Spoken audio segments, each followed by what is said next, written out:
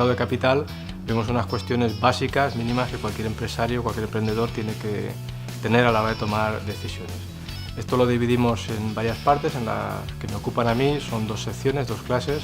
En la primera vemos los estados financieros principales de la compañía.